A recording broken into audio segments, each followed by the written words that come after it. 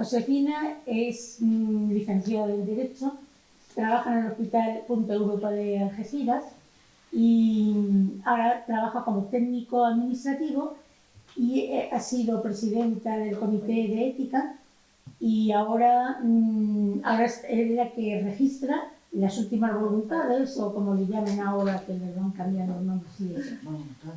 Al saber que hacía eso, por lo que nos interesamos en el tema, puesto que muchas veces preguntan, por lo menos nosotros en la consulta muchas veces nos preguntan cómo se puede hacer eso y tal.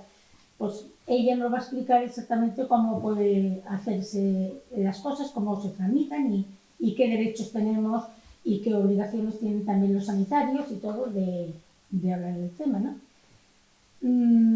Yo creo que el derecho a las últimas voluntades ha costado muchísimo trabajo conseguirlo, como todo, hay que luchar mucho.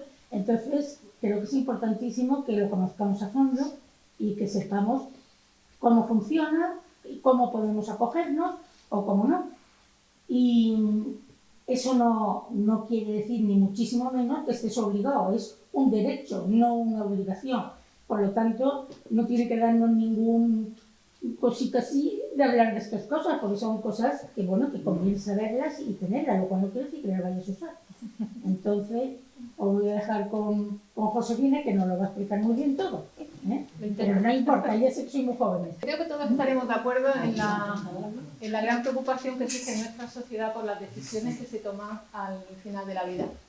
Por un lado, los avances en la medicina van a prolongar la vida hasta límites insospechados hace unos años, y por otro lado, el envejecimiento de la población va a llevar a la cronificación de una serie de enfermedades y que cada vez más pacientes con enfermedades degenerativas irreversibles lleguen a situaciones terminales que se van a caracterizar por la incurabilidad de la enfermedad causal, un alto grado de sufrimiento, tanto personal pero también familiar, que es muy importante, y generalmente esto se va a dar en un contexto de un ambiente sanitario altamente tecnificado.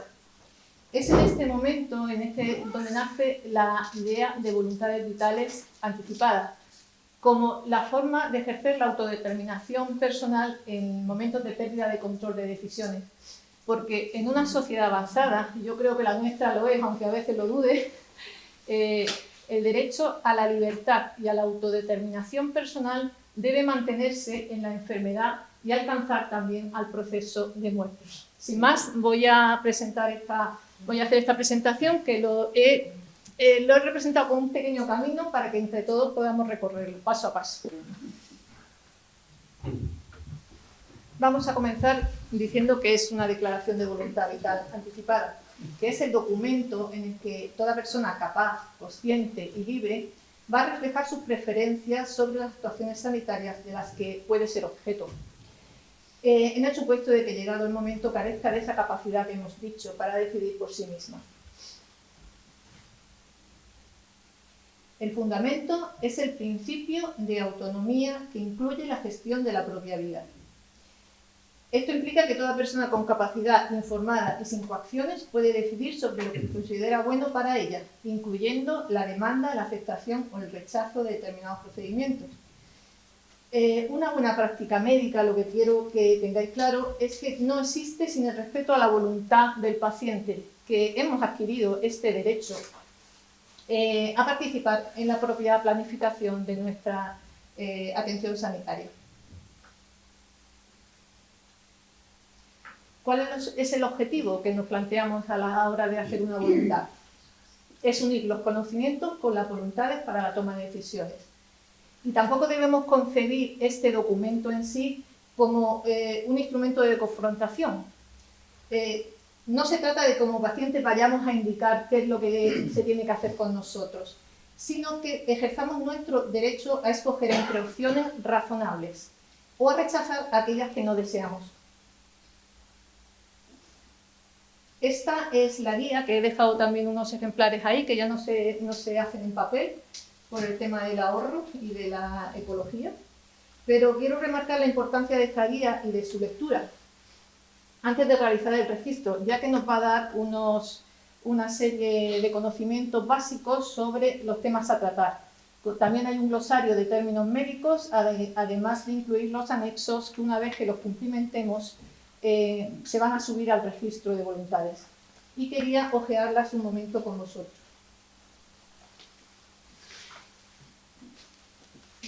El anexo 1 solo va a ser los datos administrativos y lo importante es el anexo 2. En este anexo, lo primero que se nos pregunta a la hora de hacer una voluntad son los valores vitales que queremos sustentar nuestras decisiones. En estos valores, la guía... la guía, por eso digo que es de gran ayuda, porque te da una serie de ejemplos que nosotros podemos utilizar a la hora de, como pueden ser el poder comunicarse de una forma con los familiares y amigos, el poder asearse por sí mismo, tener una independencia sobre todo, el alimentarme sin necesidades de medios artificiales, el moverme con la menor ayuda posible. Todo esto se puede poner dentro de ese apartado que son los valores que nosotros queremos defender a la hora de realizar esa voluntad. El siguiente punto que tenemos que rellenar son las situaciones clínicas en las que queremos que se aplique, que se abra el testamento. También la guía nos da una serie de ayudas. Estas situaciones clínicas pueden ser, por ejemplo, el daño cerebral severo e irreversible, ya sea por coma o por estado vegetativo, la enfermedad siempre en situaciones terminales o en situación de agonía, enfermedades degenerativas del sistema nervioso en fase avanzada, degenerativas del sistema neuromuscular también se incluye la demencia y el Alzheimer o la inmunodeficiencia en fase avanzada. Todo esto podemos añadirlo a este apartado. El siguiente punto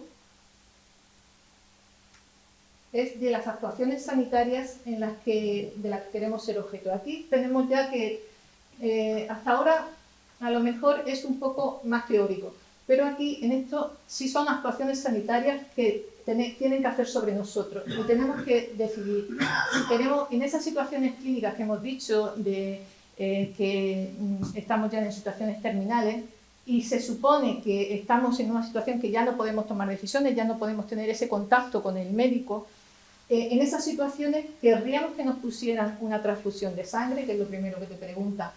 Como veis, hay tres apartados, lo deseo, no deseo o no me pronuncio. Si ponemos deseo o no deseo, se va a cumplir siempre lo que pone ahí, ¿vale? Aunque tengamos un representante, que después hablaremos de la figura del representante. El abrir el no me pronuncio es porque no lo tenemos claro en ese momento y podemos dejar al representante que tome las decisiones, que siempre estará más consciente y orientado que nosotros en ese momento, que no vamos a poder decidir. En este apartado se habla sobre todo del tema de la alimentación, el tema de la zona nasográctica, hablando de los tubos de gastrostomía, que son tubos que se colocan directamente al estómago, la alimentación mediante nutrición parenteral, que son sueros nutritivos por vía venosa, la hidratación, técnicas de depuración extrarrenal, que es la diálisis, la utilización de un respirador artificial, reanimación cardiopulmonar y la sedación paliativa.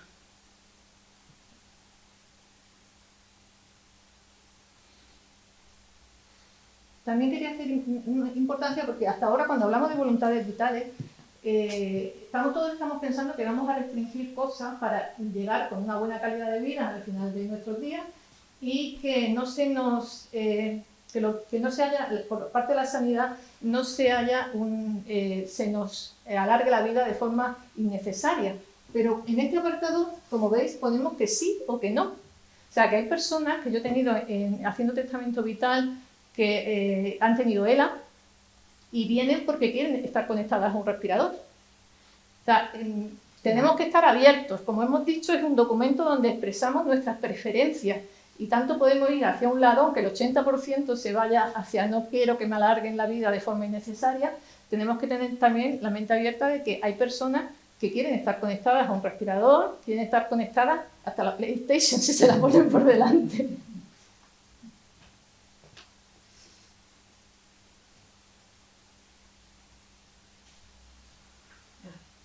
También podemos haber, en las voluntades vitales podemos dejar también nuestras preferencias sobre la donación de órganos y tejidos, ¿vale? Ya no necesitamos ir con un documento, con un carnet de donante, para nada.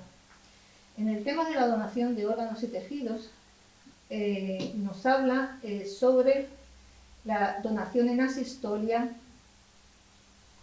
¿vale? Y que se tienen que mantener los órganos con oxígeno para el obligado soporte de la respiración artificial para mantener la viabilidad de los órganos, ¿de acuerdo? Y aquí nos habla un poquito la organización de trasplantes sobre cómo se hace ese paso.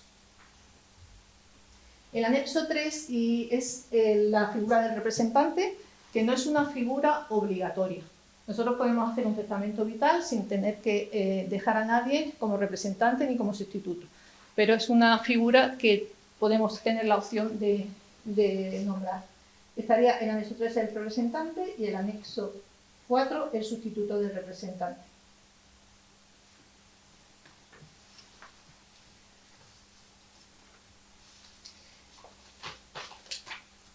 Como resumen de lo que acabamos de ver, en el anexo 2 de la guía se especifican los valores del paciente que se han de tener en cuenta al tomar las decisiones sanitarias, las situaciones clínicas en las que se aplica el documento, las actuaciones sanitarias que pueden o no aplicarse, las preferencias respecto a la donación de órganos y tejidos, la designación de representante y sustituto. Y otras consideraciones. Desde la Ley 3/2021 se puede hablar también del tema, en este apartado, del tema de la eutanasia. La eutanasia está pensada sobre todo en España para que una persona que estando consciente se le detecta una enfermedad que es incurable y que está ocasionando una grave angustia vital, esa persona puede decidir en ese momento tomar la decisión de la eutanasia. Pero en el testamento vital, como la premisa es que la persona ya esté inconsciente y no pueda tomar decisiones, se puede recoger para, en el caso de situaciones terminales también, además de una sedación paliativa, que se pueda, si se alarga en el tiempo, se le pueda practicar la eutanasia también.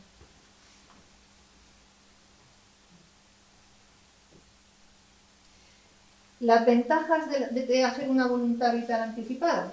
Nos va a aumentar el conocimiento de la enfermedad como pacientes y va a propiciar una reflexión sobre los valores que se quiera defender. Va a mejorar la relación clínica del profesional y el enfermo. Va a posibilitar la buena interpretación de los deseos de las personas. Va a permitir una planificación anticipada de decisiones. Va a reforzar la buena práctica médica y evitar los procedimientos no deseados. Disminuye los riesgos de decisiones erróneas. Ayuda a la descarga de la familia y va a aportar seguridad ética y jurídica. Muy brevemente, hablaros del apoyo legal de las voluntades vitales, con el Convenio sobre Derechos Humanos y Biomedicina del Consejo de Europa, que es el primer paso en España para la regulación de las voluntades.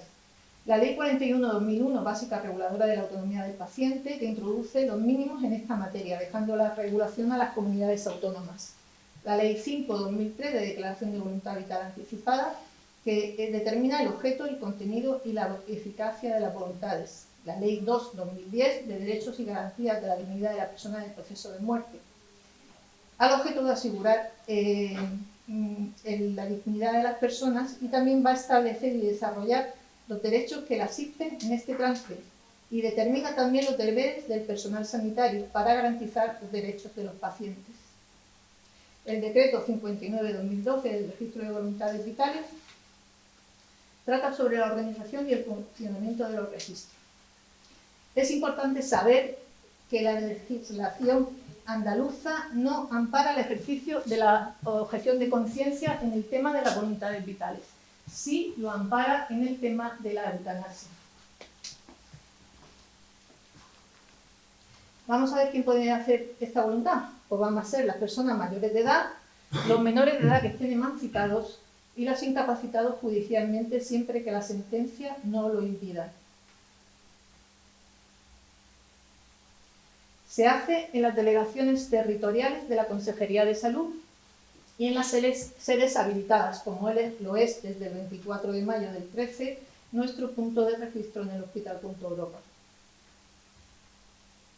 Se necesita venir con el DNI, cumplimentar los documentos que hemos visto del anexo 1 y del anexo 2, y si la persona declarante es menor de edad, venir con la documentación que determine su emancipación.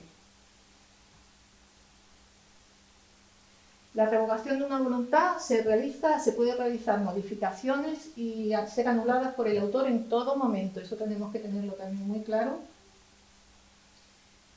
Y los límites estarían en el ordenamiento jurídico, la no correspondencia con la situación clínica y lo contrario a la lex artis. ¿Quién va a tener acceso a nuestra voluntad vital? Pues va a tener acceso el profesional sanitario que esté a cargo de nuestro proceso. Y solo cuando el profesional sanitario deba tomar decisiones y el paciente no pueda decidir de manera autónoma. En estas circunstancias va a estar obligado a consultar el registro y siempre va a quedar constancia de los accesos a la declaración.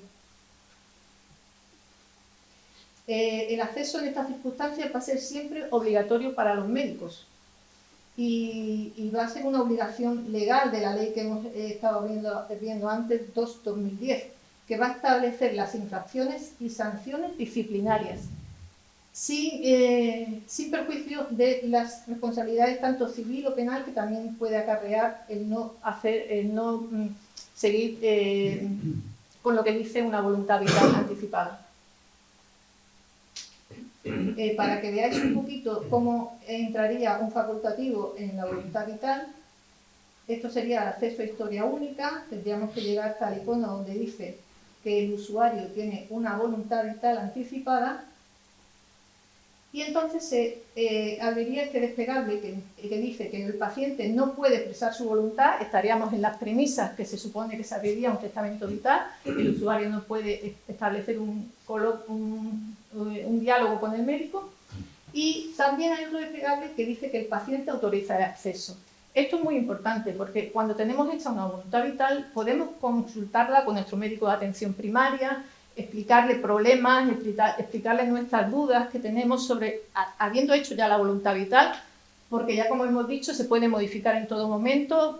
Cuando tú haces una voluntad a lo mejor no tienes todos los datos, en cualquier momento podemos modificarla. Y este apartado podemos hablarlo con nuestros facultativos de confianza, con nuestra enfermera de gestora de casos, y entonces es un apartado muy interesante porque podemos entrar con el paciente como usuario y hablarlo con nuestro médico.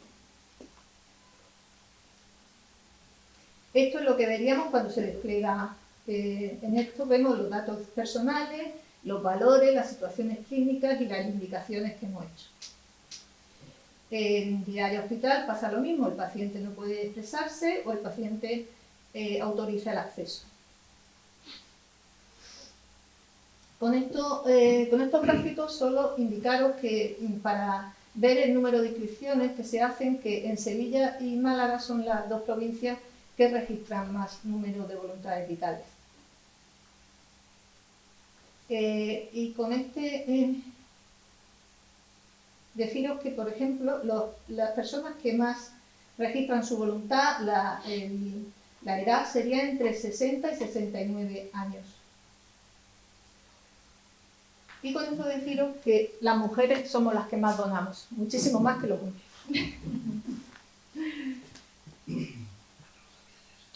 Mirando al futuro, para mí quizás el mayor logro sea evitar en esto del registro la excesiva burocratización y que todo se quede en un mero la cuestión administrativa y legal.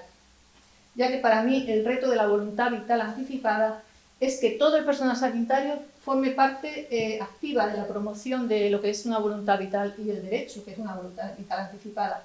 Pero sobre todo para mí en la planificación anticipada de decisiones, como paso previo al registro de voluntad vital anticipada del paciente. Esta es una guía muy útil para los sanitarios en este tramo, para la planificación anticipada de las decisiones, que es algo que se debe hacer antes del registro, que es un hecho puramente administrativo. Esta guía va a proporcionarnos estrategias de abordaje de las decisiones al final de la vida, siendo el registro una herramienta más del proceso deliberativo. Teniendo este reto como meta, aquí termina mi presentación. Gracias por la atención.